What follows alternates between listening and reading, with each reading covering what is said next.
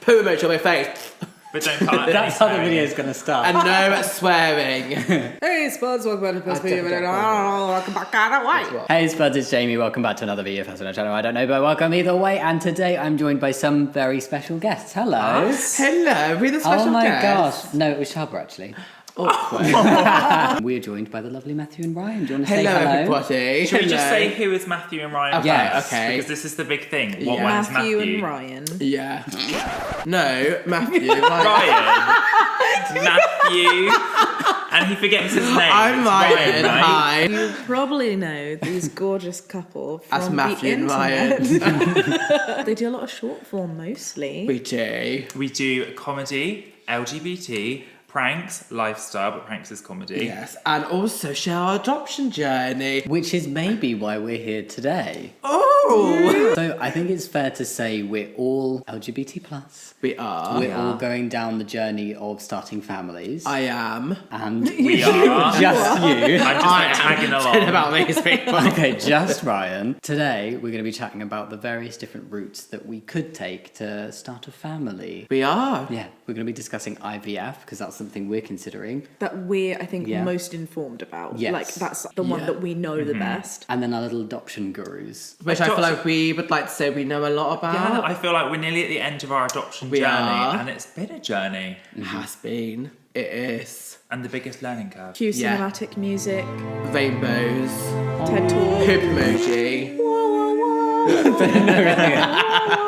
How does being queer/trans impact both of these processes? What So, do you think? I feel like with adoption, I feel like, well, it was our experience, and I feel like we've Well, had a really firstly, positive we one. just can't give birth. Yeah, so obviously there's that, but I mean, in terms of like the adoption process, we haven't been hindered for being LGBT. There's been no like discrimination or anything. Even in our training, there was straight couples, gay couples, lesbian couples. There's a mix. So, and I feel like even on, like the marketing, it shows like Yeah. diversity. And I feel like if you're gonna, obviously people want to adopt because they can't create their own children. That's normally like the typical route. Yeah. But I feel like normally that is because obviously straight couples can't have kids sometimes, but a lot of the times it's because people like us, we can't make them. Yeah. So it's our only option, and they are so But also with open. adoption, people do adopt because they want to give that child a home. Yeah, no and matter that's when the they have main, children. of Yeah, their own. and that is just the main thing of adoption. So I feel Yeah. like it doesn't impact. We were talking about this Yeah. before as well, because we were saying that one of my biggest concerns, I don't know if you echo this, is that we're going to feel discriminated against either by the process, like the people in charge of the process, but particularly by the other networks that you ultimately and sort of inevitably end up having in your life. That they'll be like, oh, you know, what if they don't like the fact that we're an LGBT plus couple? But you And- never have to see him again. Yeah, Yeah, that is but something that you guys mentioned as well is that like actually the adoption process, everyone that you've met who's also going through the same journey are so open-minded. Yeah. Because you Yeah. have to be. You honestly have to be, because you can't go into something like that and already Basically- have grudges or discriminations, because your pool of what will be available to you, it will shrink, and it won't be because they know that you're like that. Your mindset will make it shrink. and But it will- also, you're not allowed. So when you sign up for adoption, you basically take a pledge. It's a pledge, but obviously you don't do that. You could do that, but it's like you're open. You're just open in every way, not like not racist, not racist, not anything like homophobic, that. not transphobic. You're not anything. You're just gonna love that child purely for that child. I pledge to not be transphobic Yay! or racist. Cue confetti. How do we feel about IVF and being LGBT plus affecting that? I think an interesting thing we've always had as an LGBT plus couple who have like cis straight passing privilege, I think we always want to interact with people who are trans friendly, LGBT plus friendly, and when they would automatically assume that you're cis and straight, we don't always know how they feel. So we typically like just share that information. I also think that being LGBT has gotten us into some sticky situations with the IVF process though. How far in did you guys go? We went to meetups. There were like surrogacy meetups where And it you would. was so sad. Yeah, it was actually. It makes my body just go. Oh, thinking It about makes it. me realise like some people are doomed forever to not go through IVF and surrogacy, because some people have been going there for like 5 years straight, every weekend. desperate But, to like, find a look at surrogate. that. Oh, really? Even just Yeah. then, right? I totally oversaw. Like we have the oven. You don't have Yeah. the We oven. don't have an oven. Your There is no no was oven. Cis man before problem. that. We've just got the ingredients, but I've Yeah. got half the ingredients. And it was really sad because they were like the nicest people. They just couldn't find a surrogate. A match. Love It sounds like you guys went from being very much like surrogacy IVF route Quite to like close-minded. actually like you're now very focused on adoption. It I was would- meant to be. I'm like just buzzing for adoption. Yeah. But maybe it's because it was always on our cards. I think for me being in care, like I always was like, I will adopt, but I was like, Yeah, we always maybe said that. we'll go down this route first and maybe adopt later. Let's explore both Yeah. options. I feel like that's exactly where we are now. Yeah. We've always discussed wanting to adopt at some point. But I've always said we'd love to adopt older. Yeah. When we were first talking about it, we were also talking about things like IVG, which was, you know, like different ways of 3-person genetic babies where they ways might to... I don't want to- know. Yeah. Yeah, So- I don't even We'll know what talk that is. after. Yeah. We'll talk after. You can check out the other video if you're interested. We'll Yes. link it downstairs. But definitely, I think there's some important points there. The lack of an oven, Yeah. for want of a Yeah. better term, We were desperate for that oven. expanding And an that egg. journey for you. The inaccessibility as well of IVF versus adoption, which is in the UK at least free, right?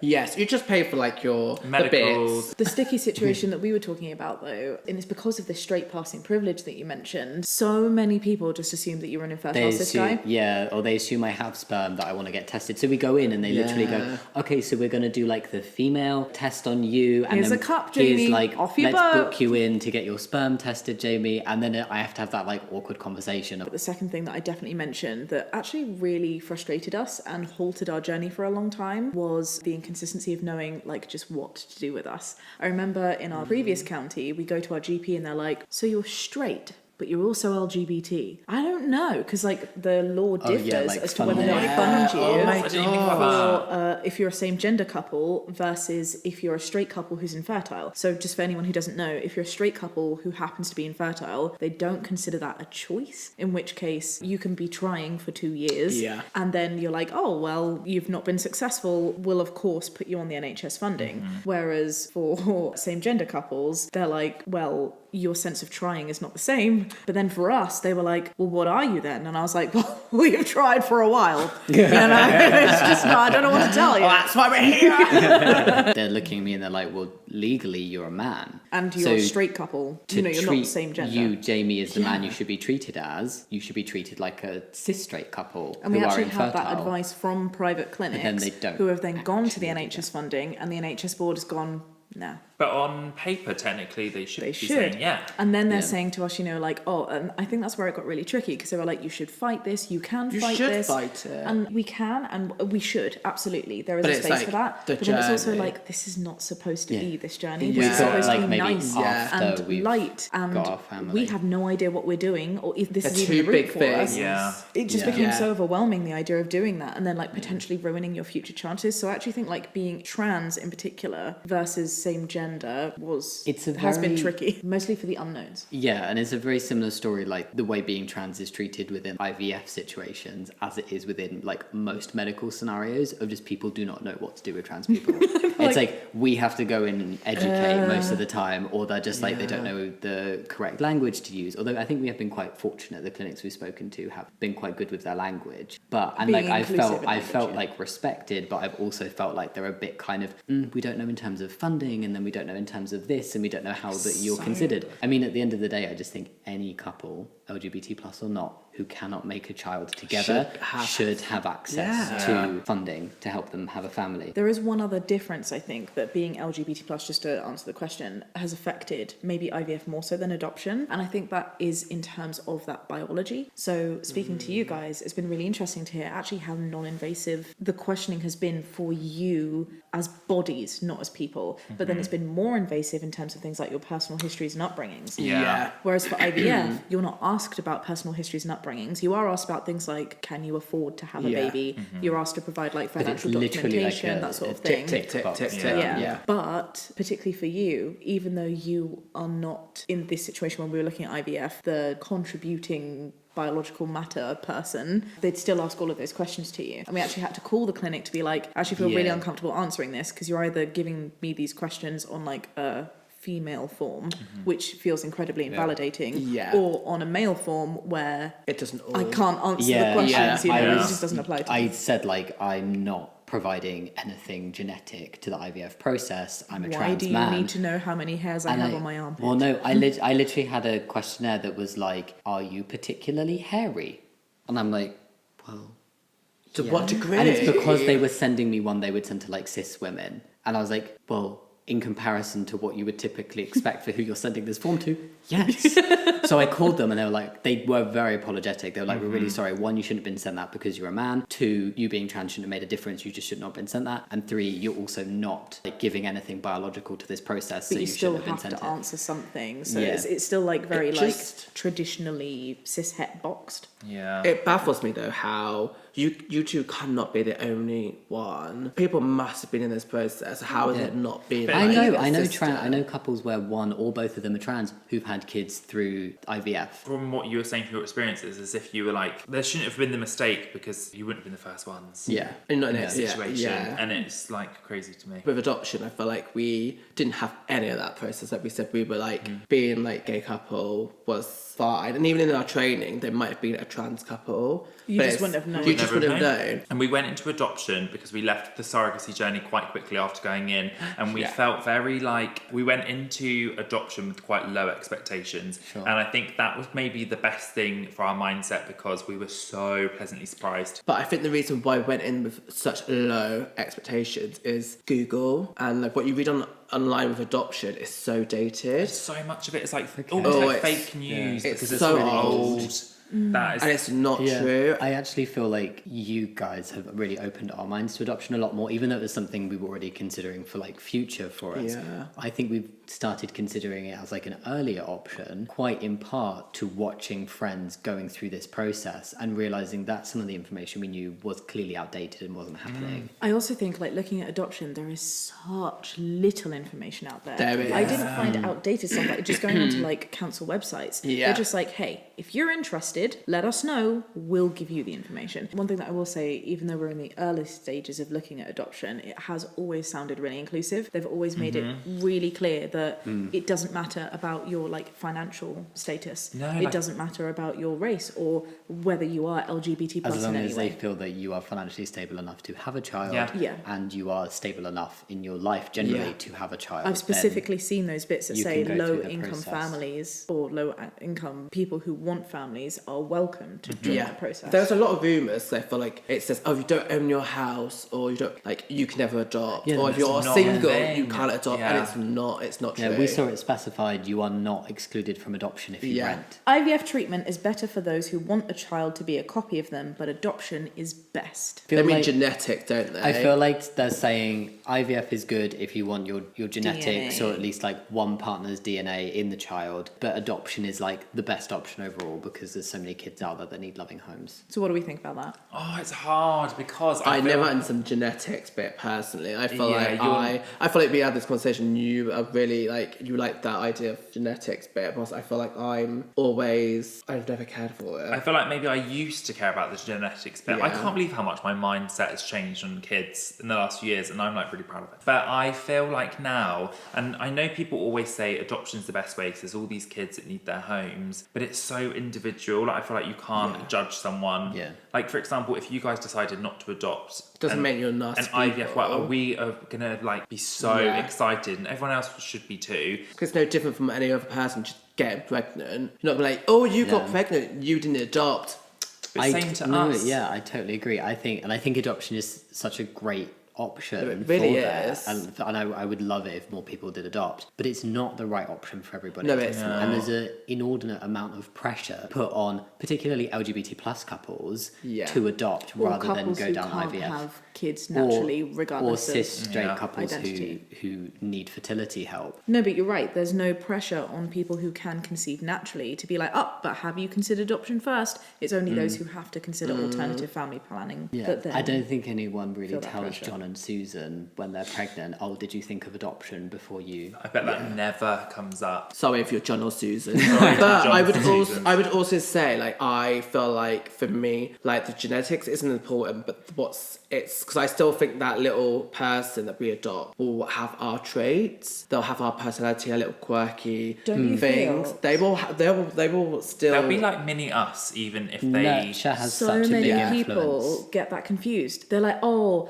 I want my kid to be bubbly, so I want my donor to be bubbly. And it's like, babe, That's not how no. it works. Yeah. For me, the adoption versus IVF route actually has nothing to do with genetics. It's to do with how much you're willing to open that network up to other people. Because it sounds like in adoption, you have to be willing to do that to an extent. Do, but it's weird though, because I feel like when we looked at surrogacy, we always said that the person carrying, we want no relationship with that person after. So it's so weird that with adoption, we're opening ourselves up to like meeting all these new people and bond, like all these new links that us and this child might have. But with the surrogacy, we were like, hold, no. And again, that's nothing Changed to our do mind. with genetics. So I don't think we should be judging people as to whether adoption or IVF is best, because I think a lot of the time when you're looking into it, it's got nothing to do with genetics. It's the It's to do with it's the your practicality of your personal, yeah. lifestyle. And I think as well, there will be options that work better for different people, and ultimately what needs to be done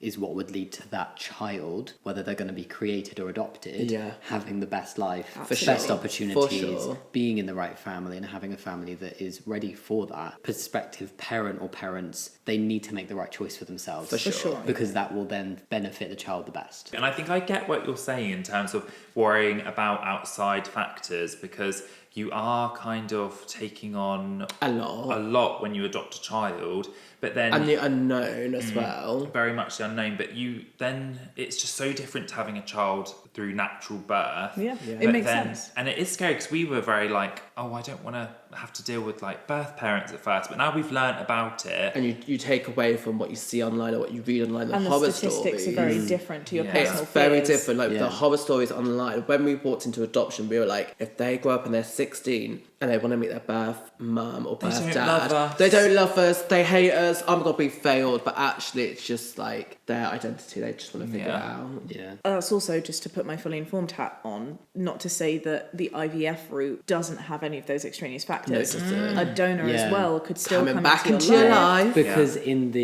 UK, Closed donors is it's not a thing. At 18, they can find out. And even beforehand, like we were talking about just the advances of technology, 23andMe, these DNA tests are such a thing. So like your kids are likely gonna find gonna out find even out before nuclear. the People age are of really 18. curious about that Yeah. stuff. There are opportunities out there where Yeah. you know they can be connected, and so in both scenarios you have to consider, because it's not just an insular process like it would be for a traditional mum dad baby. You're going to have extraneous Yeah. factors, possibly. I feel like the number of extraneous factors are slightly larger in adoption, but maybe it sounds like the statistics of them going well are still very high in both. It's not to scare you off, just an extra consideration. My whole thing is just being fully informed. I do agree with fully informed decisions. I'm also fully aware that when you do need to go down these different routes to start a family, it's so easy to overthink it. And I think Yeah. Really? we Oh are my fully God. in the realm of just absolutely overthinking this. And my mindset is now just fully like, what is best for our future children?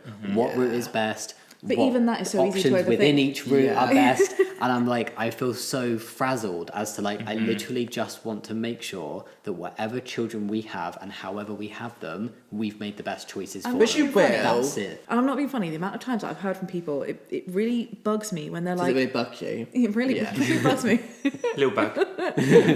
When they're like, there's no right time to have a baby. You just need to do it. And I'm like, it's easy for you to say When you as can the just people do who it. just, you know, Yeah. like wake up and take a pregnancy test. you're It's like, like, well, I guess this Today's is the happening. right time. You know And what I I'm like, mean? no, I have paperwork Actually, to fill out. Yeah. You're like, we need to go on. You don't need to go on Trustpilot, right? Before you find your kid I making mean, unless it's to find possibilities. a good pregnancy test. It's so it's Whereas so we have to difficult. plan have to that. We overthink plan, it. you plan, you have to Yeah. plan. But I feel like we end up going on feelings when we went for the surrogacy. route, and then we We went for knew. adoption. When we both did both consultations, dived in a little bit on both, and then I think feelings were like, this feels right now for our first child. This feels right. You have to go with your gut, and that's so like cringe, like gut feelings, but it was a gut Legit though, feeling. it has to be the gut because I am not a gut person. I'm a good gut person. I have a PhD, not saying this as a flex, we both do, and so going Science.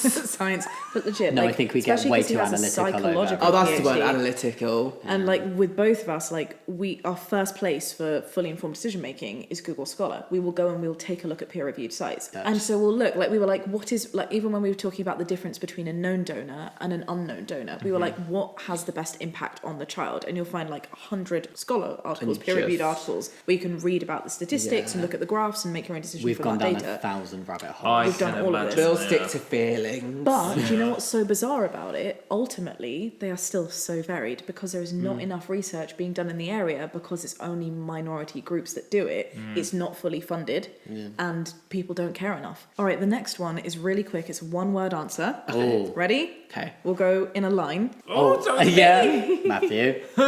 Don't mess it up. We, of course, recognise that non-binary people exist, but this question is girl or boy? Boy. Boy.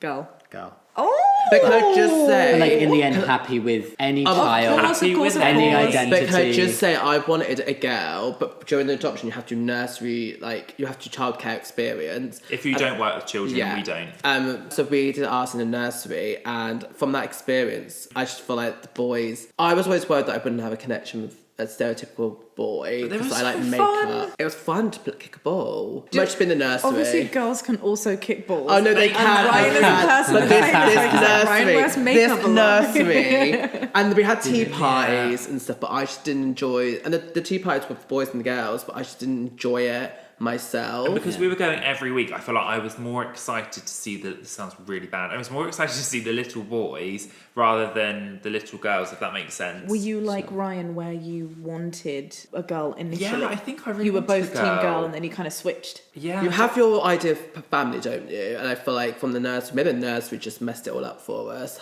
really thought we'd have a little girl, didn't Yeah, we? it's And now changed. Do you think it got rid Interesting. of some of those fears you had over My insecurity is potentially that when boys? a boy would see me with makeup and be like, "Are you a girl? Like, what are you?" And And we that's have really pink- not pink blue hair, and it just didn't happen. Yeah. Honestly, kids are the least judgmental. They really Oh, are. yeah, yeah. beings. Hate We- is so taught, like being judgmental is so taught. When We we- learnt that there. Yeah, really did. We came out to my little sisters when they were 7, I told them 7? I was trans. And we they had were this just whole like- plan. We were like, this is how we're going to answer these questions. And are we sure? And we were like, we were so confused because they were like, so Okay. you used to be a girl and now you're a boy. And Jamie's like, Yeah, like there's a basically. basic language. And And they were like, okay, they were more confused that I didn't always have a beard. yeah. Because we were like, oh, and Jamie didn't always used to have a beard. And they're like, We were like, are you sure you don't have any questions? They're like, no. I just wish life Can we was get like ice that. cream now? Yeah. And I I was really like, wish wow. life was like that. they called was me a so refreshing. transcender. Because they didn't know how to say transgender. So they were like, transgender. It was very Yeah. cute. Kids are great. They are Aren't kids great. great? Yeah. There are so many questions here about cost. Is there a huge price difference? What's cheaper? Which one's most expensive? Adoption. How much has adoption costed you? Firstly, kids are just not cheap in general. So Very I think you important have to point. fact every kid's different. Regardless of adoption. whether it's a traditional. Yeah. Regardless of But how you have have the that child. that child's going to cost Yeah. you moolah. I feel like adoption for us has been affordable because we've not had to do a lot to our homes. There's many factors that have to come into it. So let's say you have a home visit to make sure your child's safe, and Great that point. could mean like you need to pan off your stairs so it fall down the stair thing, or your garden is Basters. high. That's the word. Or if your garden's like 2 tiers, okay. you might need to like fence bits off. Ponds. If you've got a pond, you've got to fill in the pond. Which you wouldn't possibly. necessarily do because you have to go with these extra safeties you do have to do. So that could be really expensive. I completely Medical, it's not that bad. And I think it's just your training that you want to do. So if you need to do like a childcare experience like we did, we were fortunate that we didn't have to use annual leave or like take a day off leave pay. So all those factors can be expensive. Absolutely. And I will say on the childcare experience, we did a nursery because we just wanted to go down that route because it was young. But you can still get childcare experience after school. Yeah, after school hours. You don't have to think In volunteer positions. And you can do it out of work hours. Yeah. But then with direct costs, it was just the medicals. Everything else are the sort of And just secondary travelling direct costs. and just petrol to get to your training days. Yeah. And when you link and match that child to get into where you need to meet them. Yeah. Yeah. For IVF, what would you say the average cost is? It's so hard because it's such a bracket. I have these costs quite front and centre at the moment. It varies, but like I'd say the cheapest I've seen for like one cycle of like egg harvesting, your donor sperm, and obviously this is for like our route. Surrogacy would be significantly more. Significantly more expensive. But going down the route where like the oven is within the couple. And surrogacy, typically, from the best of our informed knowledge, Extortionate. we're looking at like a minimum of about 18,000. And it could not work. Yeah, IVF when you don't need surrogate, probably a minimum of like 6-ish. I'd Yeah, say so that's that's about for right. like egg So about- collection, freezing of embryos, And you use your sperm. oven. The thing about IVF, so I've seen from 6, and I think the highest quote that we've had is about 14. There are insurances, like insurance packages that they have, which are extortionately priced, in my opinion. And the idea is like you can have unlimited tries, or you can have like 3 tries or whatever. And if you don't have a baby, they'll give you like 50% of that money I back. just can't get over that. So it's like, oh, you don't have a baby, but here's a couple grand. Now, you know. Disney trips you can do as a family when we adopt with that money. That's what that 10 scale Yeah. cost. Yeah. But you know what was the difference between like the 6,000 and the 4? Was that the insurance? It really, honestly, no. It's honestly Agency. the agency. It's so unregulated. Yeah. So ones in London are typically a lot more expensive. Of course it is. And ones abroad, funnily enough, even when you factor in things like transportation costs, like flights, work out cheaper. But then they're I see also that. not regulated in the same way because it's not HFEA. So you've got to keep that in mind. Yeah. Also, really important to mention that IUI, which is not with the egg harvesting, is significantly cheaper. Yeah. Because they kind of, I guess, that's the turkey-based method. 3 goes of IUI for about £3,000, like 2,000 to 3,000. It's Yes. not guaranteed, is it? You But that still- also you still need to buy the sperm, and you'd still So you need to potentially travel need to there. take medication, maybe. And those are the 2 costs I was going to say are not included in those prices. So surrogacy, of course, but sperm is typically £1,000 to £1,500 on top of that, and that again depends on how many vials you want. Medication and scans. So none of those costs Scans. include things like the scans and things like the blood tests that you need to take, and the medications that you need to take in order to make sure your eggs are plump enough, ready for harvest, which we were told by multiple clinics average out at about £500.